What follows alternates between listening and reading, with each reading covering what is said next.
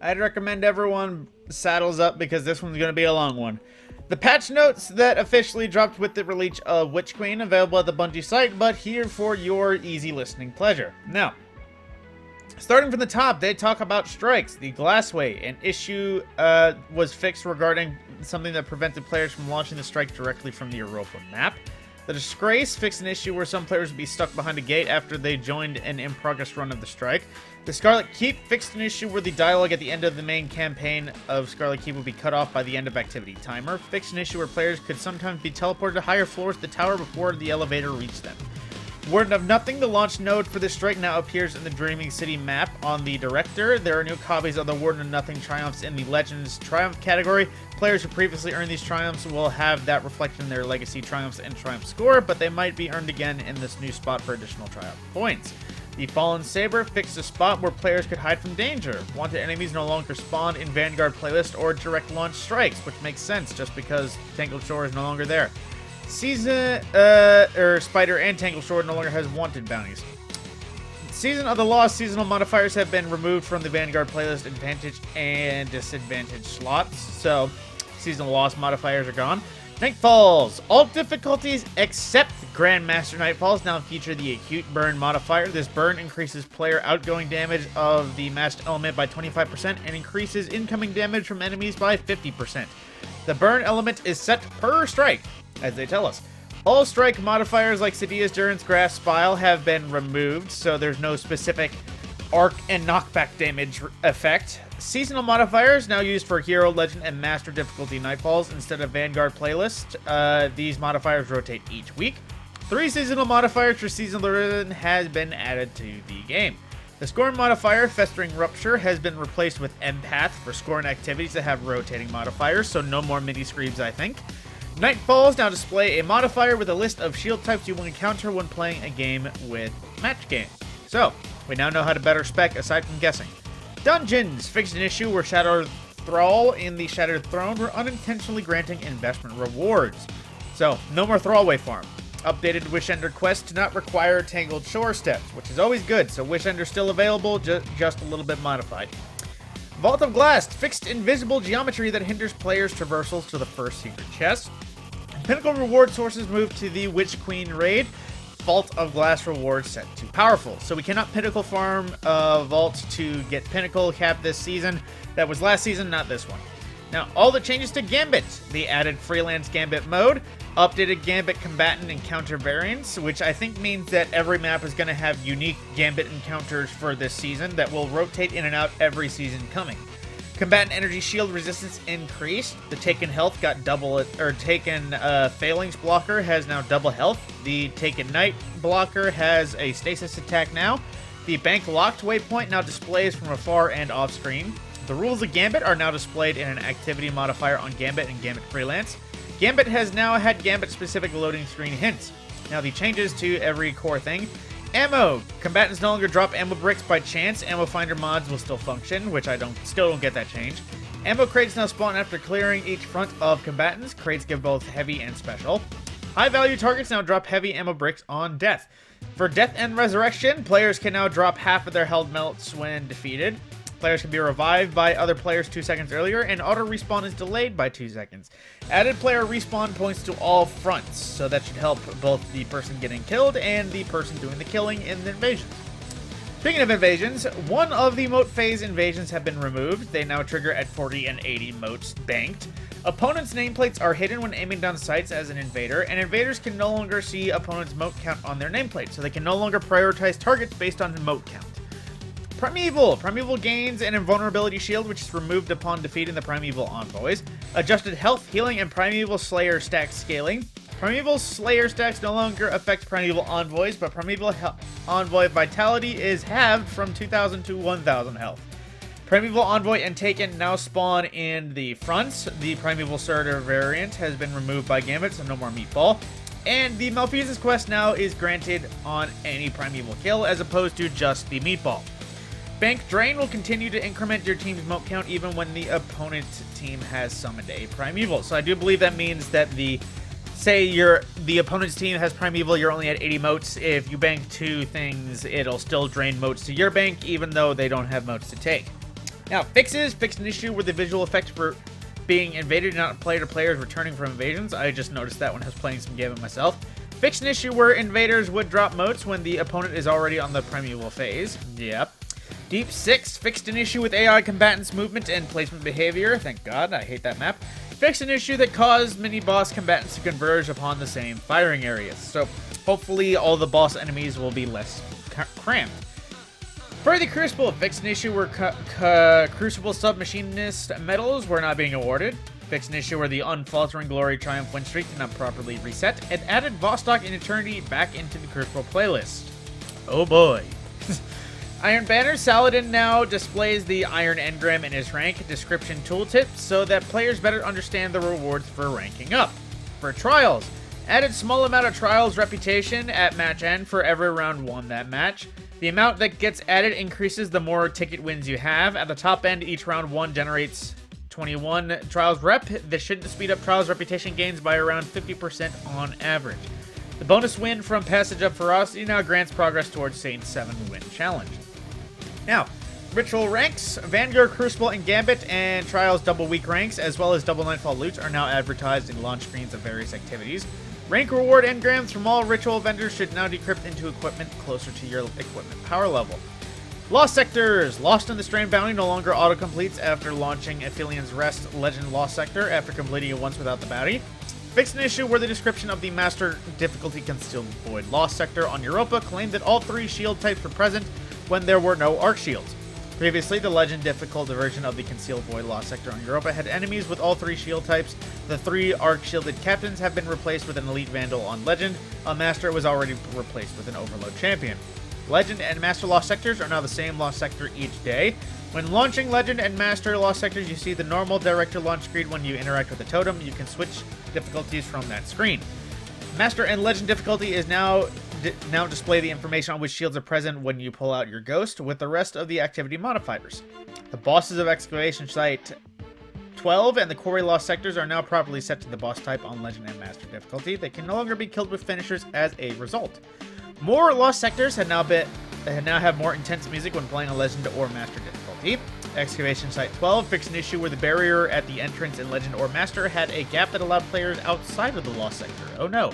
Bell's Labyrinth encounters have been improved to bring the Lost Sector more in line with others. Fixed an issue in the Scavenger's Den, Excavation Sites 12, and the Quarry Lost Sectors on EDZ where bosses' names were not showing up.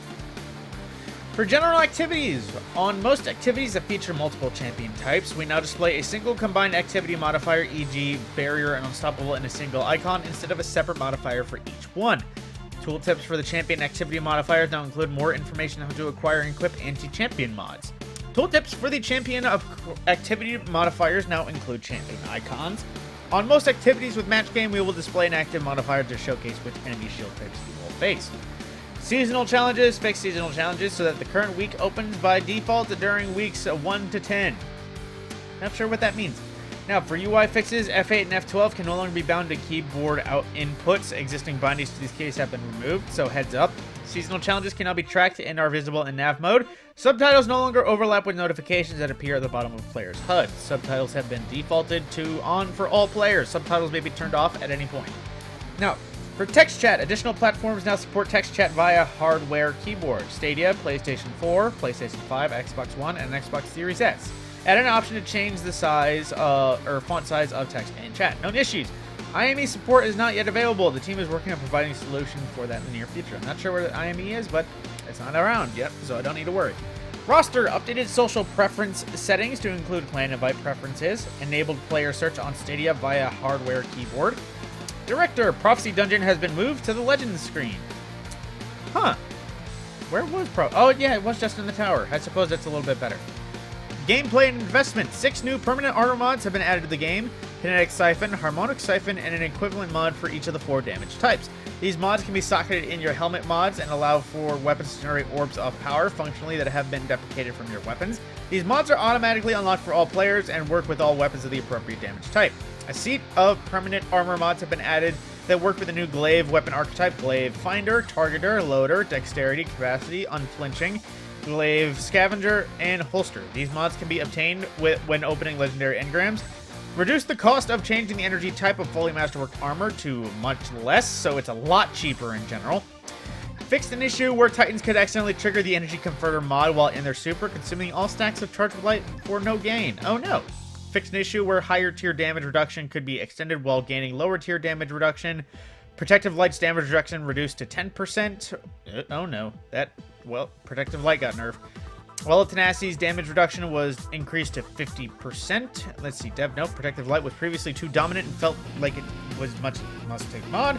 By swapping the damage reduction values of Protective Light and Well of Tenacity, Protective Light should no longer feel like a mandatory perk of every loadout, and players need to choose between a smaller but longer-lasting amount of damage reduction on demand when wounded, aka Protective Light, between a shorter rotation but a stronger amount of damage reduction when picking up Void Wells by Well of Tenacity. So, Void Wells might be a little bit more dependent now. Protective Light was nerfed. Reworked Heart of Inmost Light to be more consistent and readable. Fixed an issue where Titans who threw Sentinel Shield would lose Charge with Light stacks to recharge abilities that would not recharge mid-super. Synthesteps no longer increase the damage of Stasis Crystals while in super. So, I suppose there's no more Titans one phasing Riven. Finisher mod rework. Finishers can now always be performed even when the mod requires super energy. Thank you! I don't have to have my finisher disabled. If the required super energy is not available, the benefit will just plain not trigger. With the introduction of Lucent Hive Ghosts and finishers being mechanically necessary to defeat them, the finisher mods had all been updated. Oh, so I suppose that makes sense. Issues. Fix an issue where the Zealous Reward Fusion Rifle could be fired without costing the correct amount of ammo. Bows and Explosive Head in the Anti-Barrier mod will not detonate on impact with enemies. Fix an issue where the Whisper the Worm ornament Roar the Worm had slightly visible holes near the scope. Huh. For global fixes, kill trackers. Now visible by default on all weapons that shipped in Forsaken and later. Exotic weapons from earlier that will be updated in a later release. Special ammo. Players now only drop one special ammo on death or equivalent, no matter how much they were carrying, as long as they weren't empty. So it changed to special ammo for the better. The maximum you can pick up off of special bricks is one for shotgun, fusion rifle, or sniper, and equivalent for other weapons. Scavenger adds to this as normal. The quick swap glitch fixed an animation cancel, allowing players to use specific button combinations to swap almost instantly. Inserting mods and legendary weapons is now free and instantaneous. So, benefits there. Now, weapon archetypes. Increased high impact fusion damage from 62 to 64 per pellet. Increased high impact fusion PvE damage bonus from 15% to 20%. Breach grenade launchers reduce blinding and concussion grenade damage by 25%. Rockets get scaled by subfamily, so from least damaging to highest, it goes precision, aka tracking, high impact, adaptive, and aggressive. So adaptive and aggressives are the best, precision is the worst. So, well, worst being just least. Sniper rifles reduced variance in an aim assist scaling between low zoom and high zoom. Cone scaler increased by 25% on low zoom, reduced by 9 on high. So some weird aim assist stuff there. Pulse rifles increased damage versus miners in PvE by 10%. So yes, exotic primaries, they all got their damage versus miners in PvE upgraded by 40%. Trace rifles versus miners by 40%. Chaperone reduced passive range buff from 2 meters to 0.5. Duality reduced passive range in slug mode from 1.5 to 0.5. On the Black Wings, damage buff no longer clears on reload.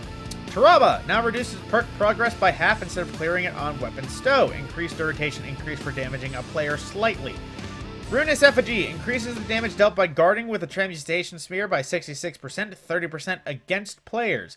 Lumina range stat buff from 44 to 59, increased base stability stat from 46 to 56. But no changes to Thorn, they made sure to say that. Agriceptor, fixed being able to activate or continue using empowering mode when suppressed or stasis encased. Rebuilt the perk. Previously the perk modified super charge rate and now freezes super recharge and deducts super directly. Fixing several issues, activities that change charge rate and outliers for recharge based on intellect stat. Deadman's Tail reduced the careless hipfire rate of fire from 150 to 130, so it's still faster than 120, but not as fast as a high impact frame. So, Deadman's nerf, it has officially happened. Lawrence Driver and Arbalest doubled the amount of flinch received, so hopefully they're not one-tapping when under fire. Forerunner increased ammo pickup from a special ammo brick from 2 to 3, or 4 to 5 with a scavenger mod. Legendary weapons. Adjust weapon stats on some older weapons. I won't go through all of these, but all of these hand cannons got some stats changed to them. Felwinter's Lie got more spread to it, and the Achilles SMG got a bit of a nerf in that it has more zoom, less range, less stability, less handling, less aim assist. I don't know why they really did that. I know Achilles SMG is handy, but it's not OP. Oh, perks, Hipfire Grint now increases damage fall off, start, and end distances by 20%, except on shotguns, snipers, and fusions. Adagio, increased rotation by 2 seconds, increased damage bonus, except on bows and fusion rifles, from 25% to 30%. Now adds 10% natural range, and added a timer to the buff text to make it easier to tell when you're going to expire. Dual Loader, reduced reload stat penalty from half to 35. Danger Zone, reduced self-damage done for grenade launchers to hopefully benefit yourself a little bit more. And tap the trigger on fusion rifles only to nerf that lethal main ingredient that Xur sold. Reduced stability bonus from 40 to 10. Change max recoil angle from 0.5 to 0.875. Change the error angle scale from 0.9 to 0.975. Unchanged on all other weapons. So tap the trigger was just nerfed on fusion rifles. That's it. Eager Edge, reduced lunge distance benefit when airborne by 25%. Now caps maximum player airborne velocity to a fairly high value while active. So hopefully people aren't Eager Edge flying as much. Still can fly, just not as much. Head Seeker, extended buff duration from 0.7 to 0.3 will now last for the full burst of aggressive burst pulse rifles. Now abilities, the subclasses got reworked. Now I won't go over all of these things that was talked about, but I will go over most of them. Void Overshield, you're armored with a protective light of Void Light, reduces damage from combatants. Void Invisibility and vanish from sight, do not appear on enemy radar. Performing offensive actions will end invisibility. Devour. Kills restore your health, grants grenade energy, and extend Devour. Void Weaken, the target takes increased damage and has their movement speed slow. Suppression, the target is taken out of any active abilities and cannot activate abilities or movement nodes while suppressed. Afflicted combatants cannot fire their weapons. And Void Volatile, the target is afflicted with unstable void energy. Ander energy will explode, taking additional damage. Now, hovering over aspects or abilities on the subclass screen now displays a tooltip flyout detailing any relevant status effects. Some old subclass perks have been deprecated, while others have been rolled into base ability behavior. Fragments or aspects with some changes to their behavior as a result. All classes now have access to all Void Grenades, but you will need to upgrade or unlock them. I did see that. You won't have access to them immediately, but you have to unlock them. Now, some buffs to other things. Vortex Grenades now pulls enemies into lingering damage field on impact. Linger damage per tick reduced by 20%. Detonation damage versus players reduced by 50%. And base cooldown increased from 105 to 121 seconds. Void Spike Grenades, base cooldown reduced from 105 to 91 seconds. Void Wall Grenade now consistently expands to its full length over uneven terrain. Scatter Grenade, charge Scatter Grenade Seeker lifetimes before detonated and Seeker tracking strength increased. Nothing Manacle now inherits the charge grenade projectile directly and benefits from this change. Base cooldown increased from 105 to 121.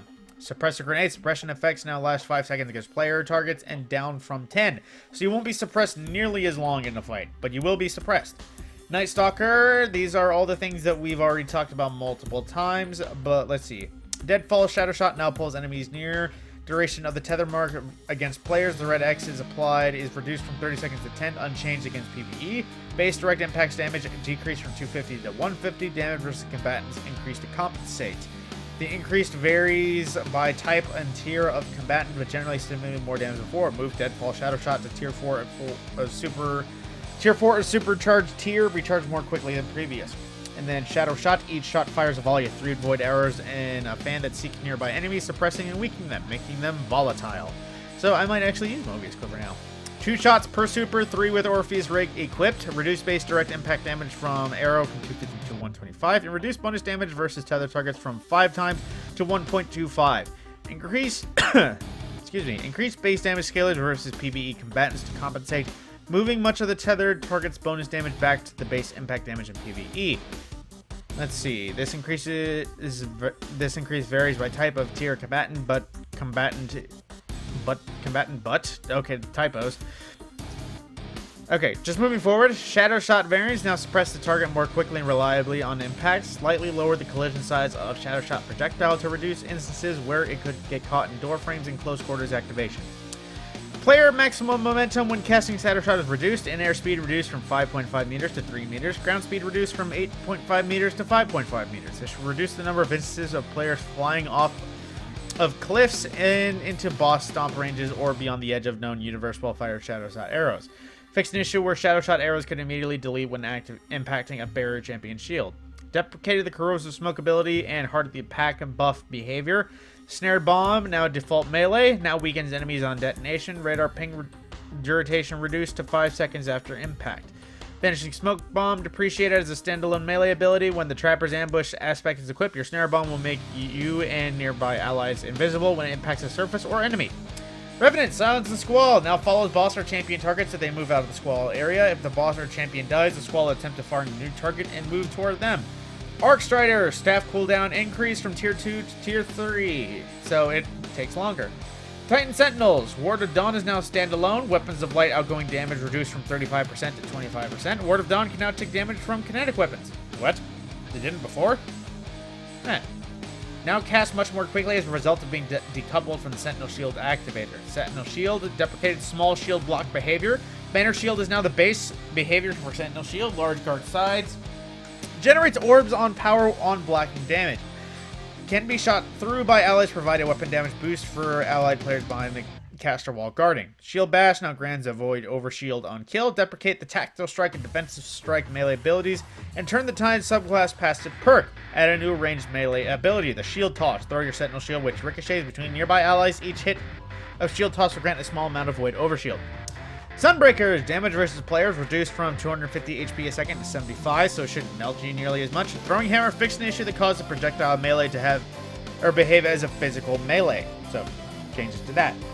Fist of Havoc, cooldown time decreased from tier 1 to tier 2, so Fist of Havoc is a little bit faster charging. Behemoth is a little bit faster charging. Glacial Quake ground follows that create 3 lines of crystals. Now terminate early if they hit an allied Ward of Dawn. Okay, so I suppose that makes sense. I won't go into it. Warlock, Voidwalker, Nova Bomb, split Nova Bomb into 2 separate variants, Vortex and Cataclysm. Nova Bomb Vortex on impact now pulls nearby enemies in a lingering damage field. Cataclysm, increased travel speed by 30%. Add a short delay before Nova Bomb Seekers spawn to reduce instances of them being caught in the detonation area and destroyed prematurely. Decreased damage from the caster when shooting your own Nova Bomb. Previously, a scalar increased your damage you dealt to your own Nova Bomb. This has been okay, so you can't break your own Nova Bomb as easier or by accident. It's intended to reduce of accidentally destroying your Nova Bomb or flight as it hits a boss. Okay. Deprecated the Entropic Pull, Devour, and Atomic Breach melee abilities, and the Dark Matter subclass passive perk. Add a new ranged melee ability, Pocket Singularity, to launch an unstable ball of void energy that detonates when nearby an enemy, pushes targets away from the blast, making them volatile. So all 3 subclasses have ways to make things volatile. That's nice. Handheld Supernova, now it makes the target volatile on hit, now accessed via the Chaos Accelerant aspect, and Magnetic Grenade is equipped. So I think that's how, yeah, I'm pretty sure that's what it is. You just make Handheld Supernova when you have Magnetic Grenades and Chaos Accelerant. Shadebinder, Winter's Wrath cooldown decreased from tier 1 to tier 2. Daybreak, cooldown increased from tier 2 to tier 1, so that's slower. Now, these are all the aspects that they added as well that you can view in-game if you so wish to see how they work, as well as all of these fragments that are also some redacted for some reason. Oh, Miscellaneous, Rat King and Assassin's Cowl, updated to use the new Void Invisibility buff, Helmet Saint 14, new Overshield buff, and Stasis Crystals now take 90% less damage from PvE combatants. Now, Power and Progression Seasonal Artifact is no longer capped at 12 unlocks. You can unlock all artifacts. Power and Pinnacle Gear have moved from Europa to the new destination in Witch Queen. Power Bands have been changed. These are basically the changes of light. All of these things that can change, or how all the light has been updated. The Perishable Character Boost has been updated according and increase your character's power, blah, blah, blah. Umbral Focusing, after many months of dutiful service, the prismatic recaster is removed from the helm. Rahul in the tower has risen to the challenge and can now decode Umbral engrams. Gear focusing options for Season Pass owners will reside in the Season's vendor, as Season Start players can focus Umbral engrams into seasonal gear. Focusing individual weapons and armor pieces will require 2 things: having collected that gear before and owning the vendor upgrade for weapons or armor. Bounties and Pursuits. Fixed an issue with the Lost Lament exotic quest causing players to be stuck with the Broken Blade item from Banshee. Added daily and repeatable calibration bounties for glaives. Added new bounties for void status effects. Added stasis calibration bounty. Dreaming City bounties have updated to provide the same XP as other bounties and other kind. Emblems. The Spoils of Ishtar emblem can now track raid statistics. Woo!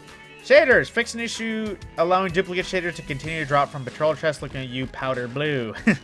Catalyst. The following catalysts have a chance to drop when completing Vanguard, Crucible, or Gambit activities. As follows. Hawk Moon, Dead Man's Tale, Agger Scepter, Outbreak Perfected, Whisper the Worm, and Fourth Horseman.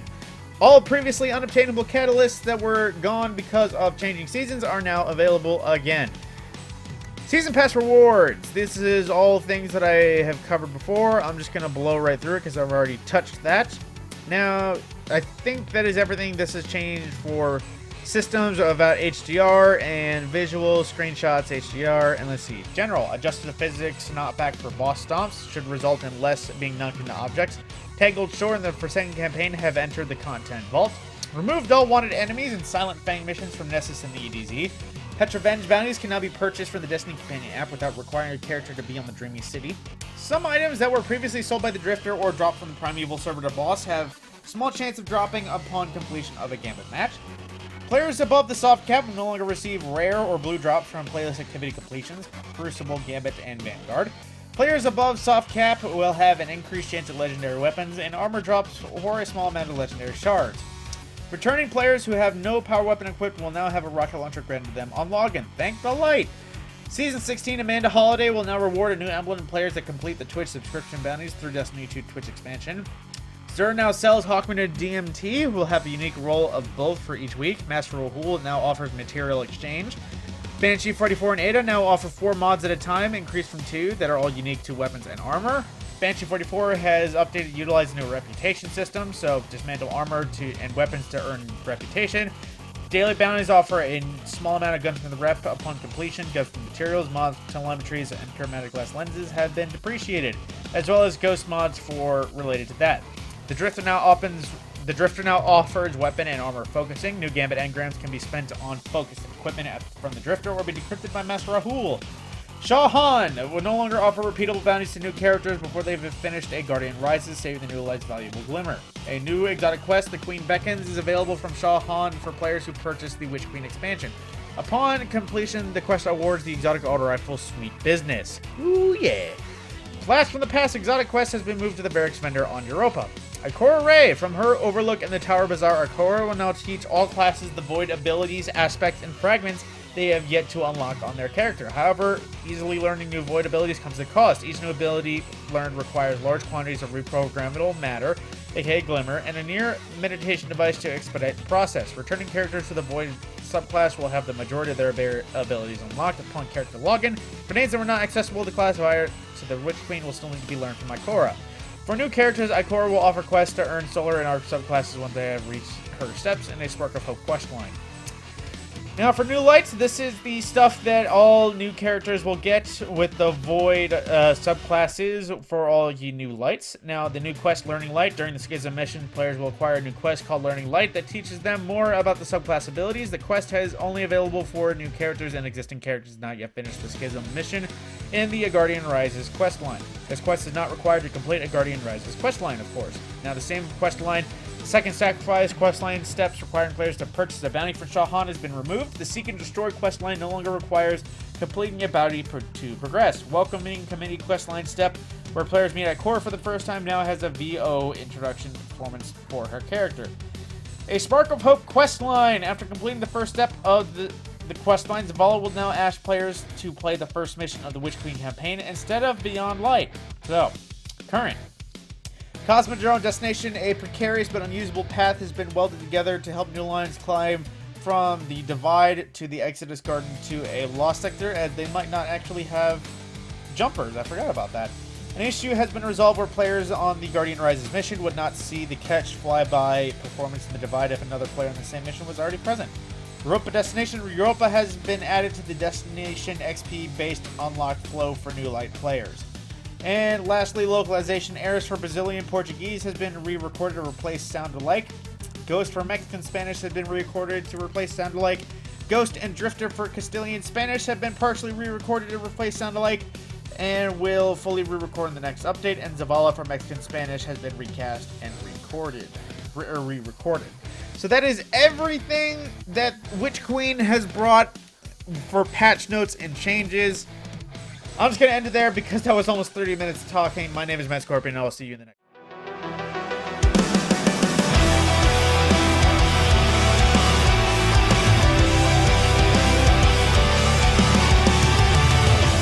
We live and we learn, we dream and we die. We stop being concerned, no chances keep on passing us by.